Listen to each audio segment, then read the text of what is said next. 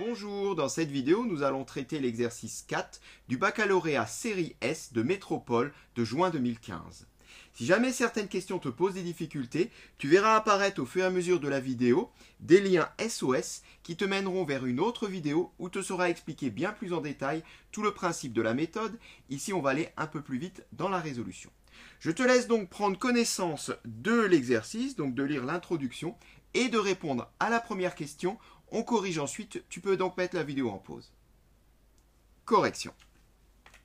Alors, première question assez classique, on nous demande donc de dériver une fonction qui contient des ln. Alors, allons-y et essayons de retrouver le résultat. Donc, f' de x égale.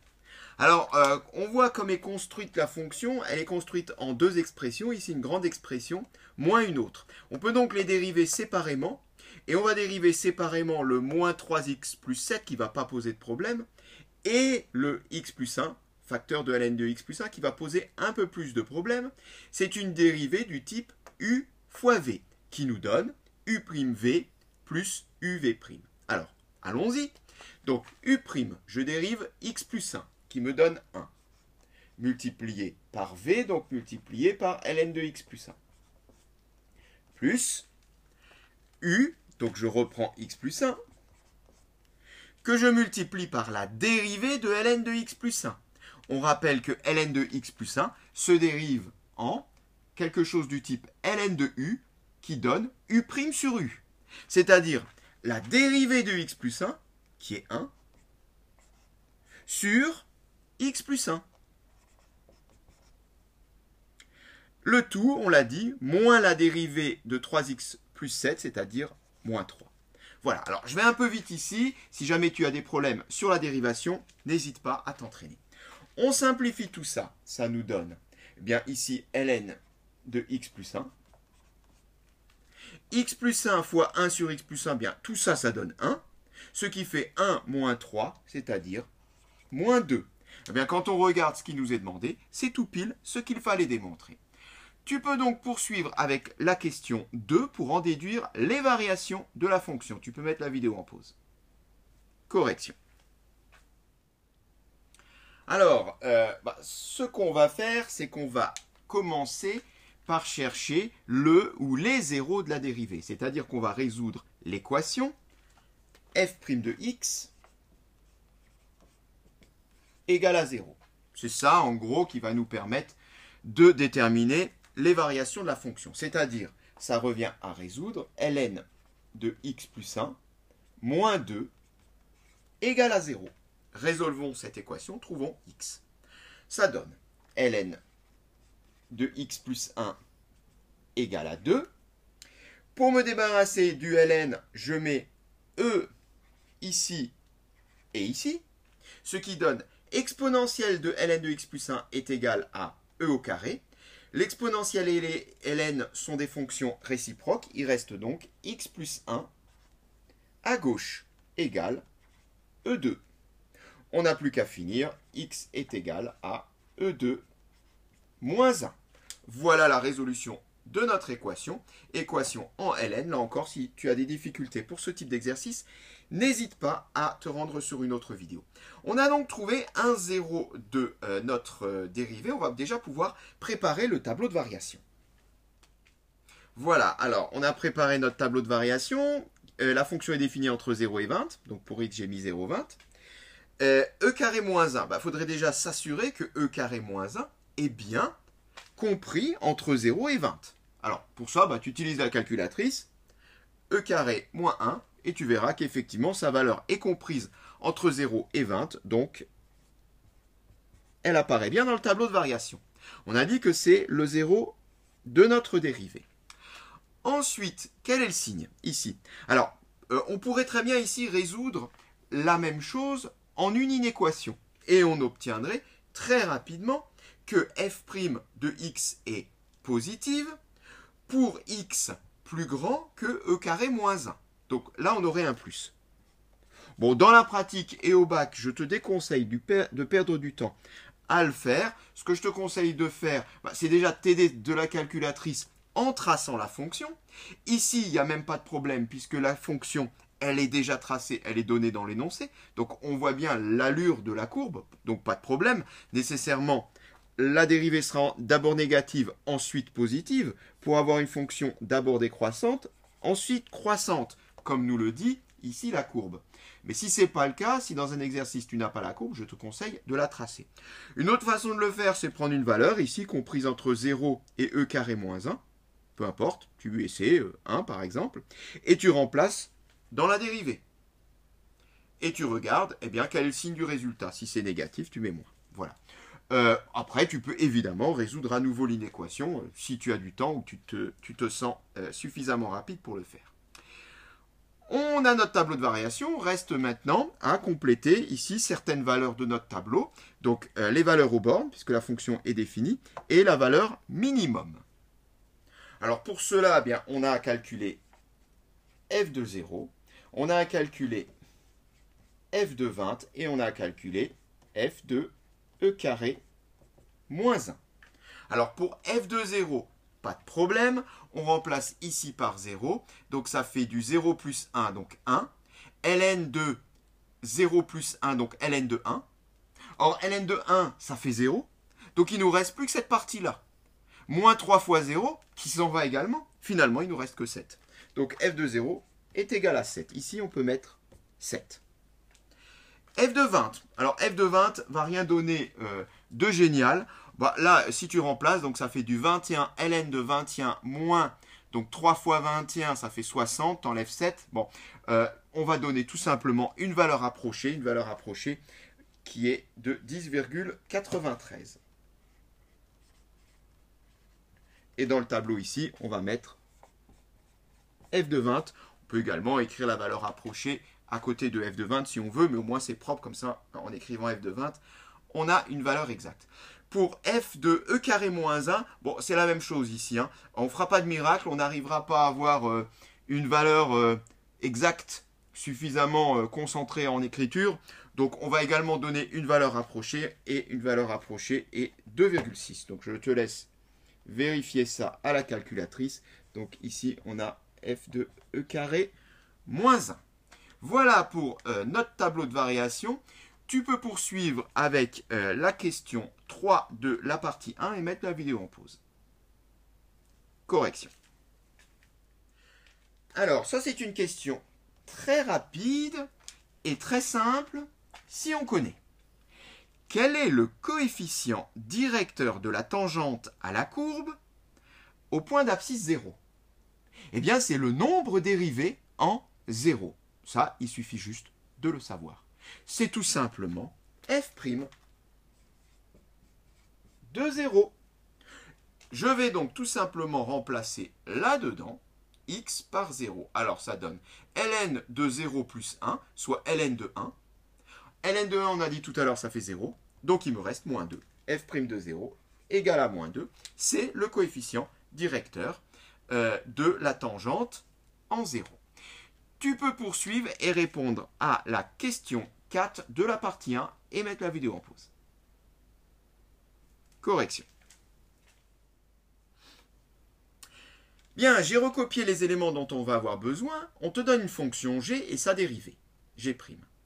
La question est de déterminer une primitive de la fonction f. Regardons comment est constituée la fonction f. D'abord, x plus 1 ln de x plus 1. Moins 3x plus 7. Alors, déterminer une primitive de cette partie-là ne va pas poser de problème. C'est une fonction polynôme. Par contre, déterminer une primitive de ce terme-là, c'est plus compliqué. C'est plus compliqué, sauf qu'en réalité, c'est très facile parce qu'on a la réponse juste au-dessus. Eh bien oui, si g' est la dérivée de g, eh bien g est une primitive de g', chemin inverse. Autrement dit, là j'ai une primitive de g', il se trouve que g' c'est x plus 1 facteur de ln de x plus 1, c'est exactement ce dont on a besoin. Donc pour récupérer une primitive de ce premier terme, il me suffit de recopier ceci. Allons-y, 1 demi de x plus 1 au carré ln de x plus 1 moins 1 quart de x au carré moins 1 demi de x. Reste juste à déterminer une primitive de moins 3x plus 7. Et ça, c'est très facile. C'est moins 3 demi de x au carré, je gagne un rang sur les x, plus 7x. Et voilà, on a déterminé une primitive de la fonction f. Reste simplement à réduire à ce niveau-là. Petit travail sur les fractions, ça ne va pas poser de problème. Je recopie la première partie de ma primitive. J'ai donc ici moins 1 quart, moins 3 demi de x au carré. Ça donne moins 7 quarts de x au carré. Et là, j'ai moins 1 demi plus 7, ça fait plus 13 demi de x. Je te laisse faire les calculs, c'est des calculs de fractions, ça ne devrait pas poser de problème. On en a fini avec notre primitive de f, et d'ailleurs, ça clôt la partie 1. Tu peux passer à la partie 2 et mettre la vidéo en pause. Correction.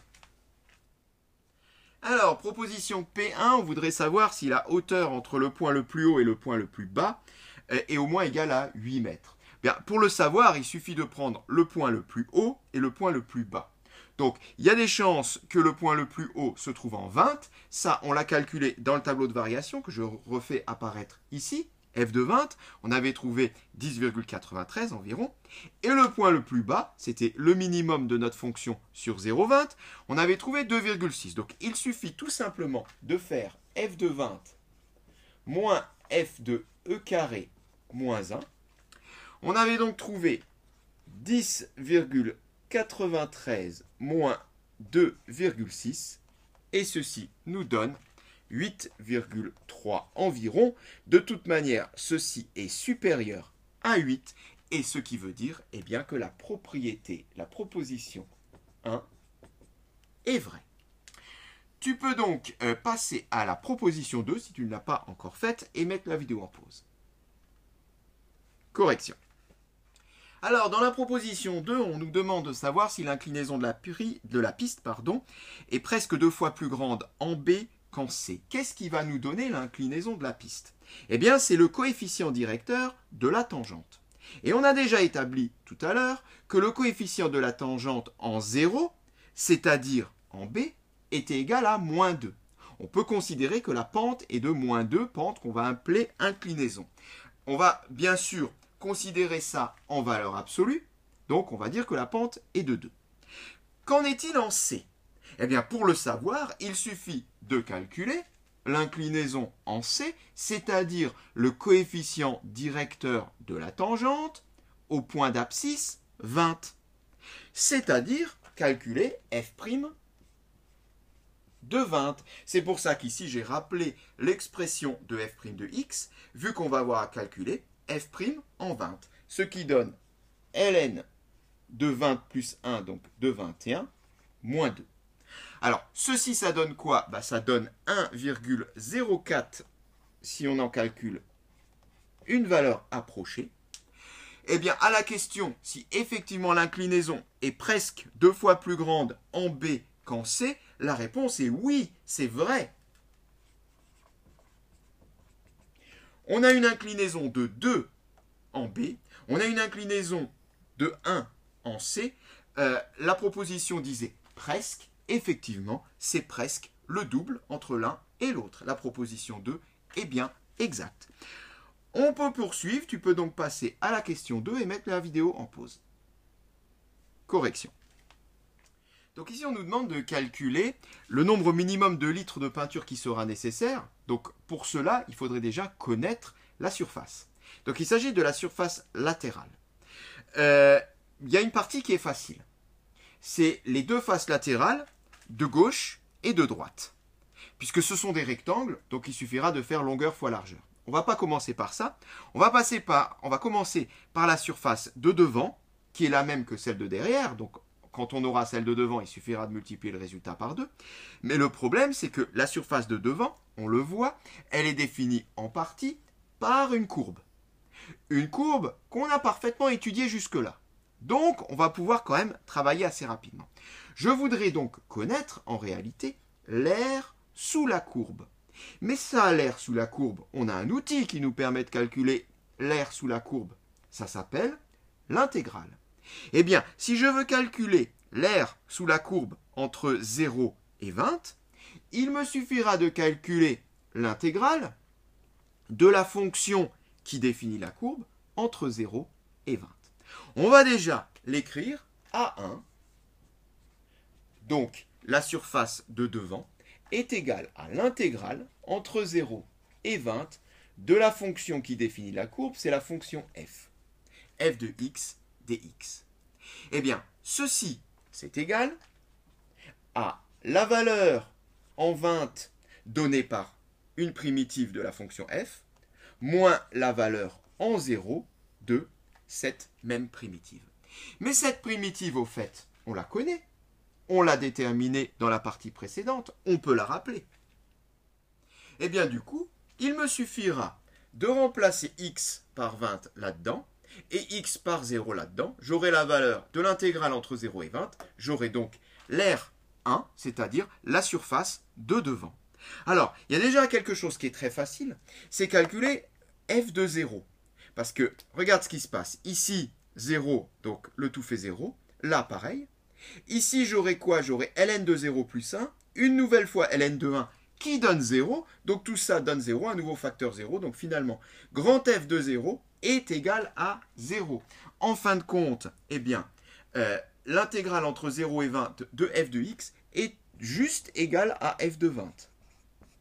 Parce que f de 0 fait 0. Calculons donc f de 20. Et pour cela, il suffit de remplacer. Ça donne quoi? Alors, ça va faire donc ici 21 au carré. 21 au carré, ça fait 441. ln de 21 fois 1,5, donc le tout sur 2. Moins, alors là, reste à calculer, 7 fois 21 au carré sur 4, plus 13,5 fois 20. Je te laisse effectuer tout ça, tu dois trouver 570. Donc c'est du calcul numérique, je passe là-dessus. D'ailleurs, même au bac, il ne faudrait pas trop s'empêtrer dans ce type de calcul numérique. Tu as une calculatrice, elle n'est pas faite pour rien. Ceci, bien sûr, il faut le faire à l'aide de la calculatrice. Il faut que ça aille vite. En tous les cas, on peut en donner une valeur approchée. On trouve 101,3. On le retient, c'est le premier résultat. C'est donc l'aire de la surface de devant. Du coup, on aura l'aire de la surface de derrière. C'est la même chose. Passons donc maintenant aux surfaces de gauche et de droite. Alors, passons à A2, donc, l'aire de la face latérale de gauche. On a dit que c'est un rectangle. Pour un rectangle, c'est longueur fois largeur. Reste simplement à déterminer longueur et largeur. Alors, la longueur, c'est assez facile, ça correspond à la profondeur de la piste. Celle-ci est donnée dans l'énoncé, c'est 10 mètres. Bon. Reste à déterminer la largeur qui correspond à la hauteur de la piste. La hauteur de la piste à gauche, c'est-à-dire en B. Ça, on l'avait calculé tout à l'heure. C'est notre tableau de variation qui nous le donne. On sait qu'en 0, on se trouve à 7. Ce qui veut dire que le B a pour ordonnée 7. Ce qui veut dire que la hauteur de la piste à gauche est de 7. Pour faire le calcul, il suffit tout simplement de faire 10 multiplié par 7, soit 70. Et on obtient donc la surface de gauche. Pour la surface de droite, A3 égale, le principe est le même. On connaît la profondeur de la piste qui va nous donner la longueur du rectangle, 10. Reste à déterminer la largeur du rectangle qui est donnée par la hauteur de la piste à droite, donc en C. Tout à l'heure, on avait évalué que c'était environ 10,93, ce qui revient à faire 10 multiplié par 10,93. On trouve une valeur approchée, 109,3. Et voilà la troisième surface. Bien, pour obtenir l'aire du tout, il suffit donc de faire 2 fois A1 plus A2 plus A3 et on trouve une valeur approchée de l'ensemble, 381,9 mètres carrés. Alors, c'est pas fini, il reste à répondre à la question. Déterminer donc au litre près le nombre minimum de litres de peinture nécessaire, sachant que 5 mètres carrés sera recouvert par 1 litre. Il suffit de diviser le résultat précédent par 5 et on verra combien de litres seront nécessaires. Allons-y. 381,9 divisé par 5, on trouve environ 77. Donc, on arrondit par excès. Et on a le résultat, 77 litres nécessaires pour peindre toute la surface latérale de notre piste. On arrive presque au bout, tu peux passer à la question 3A de la partie 2 et mettre la vidéo en pause. Correction. Alors, pour comprendre, j'ai fait un petit zoom sur la rampe en BK et BK plus 1. On nous a dit qu'on voudrait calculer cette longueur, c'est-à-dire assimiler en fait ce petit morceau de courbe à un segment. Pour, à la fin, sommer tout ça, c'est-à-dire au lieu de faire un calcul de longueur sur la courbe, on va faire un calcul de longueur sur chaque segment en disant, bon, finalement, toute cette somme de petits segments approche assez bien la courbe et la longueur de cette somme de petits segments sera approximativement la même que la longueur de la courbe. C'est pas faux. Non.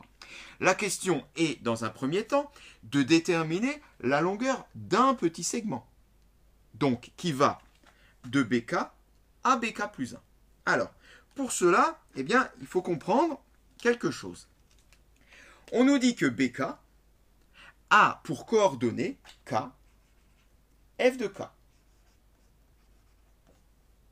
Du coup, BK plus 1 aura pour coordonnée K plus 1, F de K plus 1. Donc là, on est d'accord, je suis sur l'axe des abscisses, et là, j'arrive sur l'axe des ordonnées. C'est un zoom. Alors, si on veut calculer la longueur BK plus 1, eh bien, je vais avoir besoin de ceci. Et je vais également avoir besoin d'une formule qui est la suivante. AB, la longueur AB, est égale à la racine carrée de la différence des abscisses de A et de B au carré, donc xb moins xa au carré, plus la différence des ordonnées yb moins yk au carré. Ça, c'est la formule qu'on connaît depuis longtemps. Je vais appliquer cette formule à mon problème. Ça me donne quoi? Alors, la différence des abscisses, ça sera quoi? Bien, ça sera k plus 1 moins k, le tout au carré, plus la différence des ordonnées. Bien, elle est là. Ça sera donc f de k plus 1 moins f de k, le tout au carré. Et tout ça, la formule nous dit, il faut le mettre sous la racine.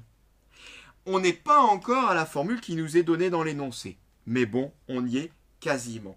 Pourquoi? Parce que ici, j'ai k moins k, tu enlèves les k, il reste donc 1 au carré. 1 au carré, ça fait 1. Et du coup, on retrouve bien la formule de l'énoncé. Et voilà, c'est démontré. Reste la dernière question avec le problème de l'algorithme. Je te laisse mettre la vidéo en pause pour y répondre. Correction. Alors, ici, il s'agit en réalité d'un algorithme de somme. D'ailleurs, si le sujet t'intéresse ou si tu as eu quelques difficultés, tu peux cliquer sur le lien. Tu tomberas là sur une vidéo qui traite d'un algorithme de somme, mais dans le cadre des suites. Ici, pour bien comprendre, on va faire un petit schéma. On va représenter notre piste vue de haut. Alors, vue de haut, eh bien, ça fait un rectangle qui a pour profondeur 10. La largeur ici donc correspond à la courbe. Donc la courbe qui est formée de plein de petits segments BK, BK plus 1. Je vais donc représenter les bandes rectangulaires qui sont ainsi formées et qui ont chacune donc pour largeur BK, BK plus 1. Qu'est-ce que fait concrètement notre algorithme? Eh bien, il va sommer au fur et à mesure chacune des bandes rectangulaires pour le rajouter au total précédent. Alors, au départ, eh bien, il va dire que S est égal à 0. La somme totale est égale à 0. Ensuite, qu'est-ce qu'il va faire? Il va rentrer dans une boucle et là, on va répéter le même calcul qui consiste à attribuer une nouvelle valeur à S. Cette nouvelle valeur à S, c'est l'ancienne valeur, donc ici 0, plus un calcul. Et ce calcul, eh bien, ça va être la surface de la première bande. Je vais l'appeler, disons, N pour l'instant, comme nouvelle surface. Et donc ça devient le nouveau S. Donc la variable somme, maintenant, est constituée de quoi? Eh bien, est constituée de cette surface-là. On refait un tour dans la boucle. Donc S n'est plus égal à 0. S est maintenant égal à cette surface-là. Et dans la boucle, qu'est-ce qu'on va faire? Eh bien, on va attribuer à l'ancienne valeur de S une nouvelle surface, qui est la surface de la deuxième bande rectangulaire. J'obtiens un nouveau S, qui est maintenant formé de ces deux surfaces-là. Je refais un tour dans la boucle. Qu'est-ce que je vais faire? Je vais prendre l'ancien S et je vais lui rajouter la surface de la troisième bande. S plus N va devenir le nouveau total S, etc., etc. Et on va à chaque fois, à l'ancien S, rajouter une nouvelle surface qui correspond à la bande suivante. On va aller comme ça jusqu'au bout, et de cette façon-là, eh bien, on aura sommé l'ensemble des bandes rectangulaires qui forment la piste. Alors, dans l'algorithme, ça va fonctionner comment? Eh bien, déjà, une chose est claire, S prend la valeur S plus quelque chose. Puisque, on l'a dit, on va à chaque fois rajouter à l'ancien S la nouvelle surface. Alors, S plus quoi? Eh bien, S plus la nouvelle surface. Dans le cas général, cette nouvelle surface, c'est quoi? C'est le rectangle, donc, de longueur 10 et de largeur BK plus 1. Alors, cette surface-là, pour la calculer, qu'est-ce qu'il me suffit de faire? Il me suffit de faire longueur fois largeur, c'est-à-dire 10 multiplié par BK plus 1. Mais BK plus 1, je l'ai. C'est racine de 1 plus f de k plus 1 moins f de k au carré. Donc, il me suffit de rajouter à S dans l'algorithme 10 multiplié par racine de machin chose. Et là, j'ai à peu près le cœur de l'algorithme qui consiste à chaque fois à rajouter à l'ancienne surface calculée la surface du nouveau rectangle. Alors maintenant, qu'est-ce qu'il nous reste? Il nous reste à compléter la première valeur et la dernière valeur prise par K dans la boucle. Ça, c'est assez facile. Alors, la première valeur prise par K, c'est facile. C'est 0, tout simplement ici, parce qu'on démarre à B0, puis ensuite B1, etc. Donc, si on démarre par B0, c'est marqué dans l'énoncé, on commence par K égale à 0. Ensuite, quel sera le dernier tour? Il faut faire 20 tours de boucle, puisque j'en ai 20 des rectangles. Donc, si je commence à 0 pour faire 20 tours, il faut s'arrêter à 19. Donc, la dernière valeur prise par K, eh bien, ça sera K égale 19. Reste à savoir, qu'est-ce qu'on affiche? Bon, ça, c'est évident. Évidemment, on affiche S. On affiche la somme totale une fois qu'on aura fait nos 20 tours de boucle. On aura donc la surface totale affichée S. Voilà pour notre algorithme et ceci donc termine l'exercice 3 du bac série S de Métropole juin 2015.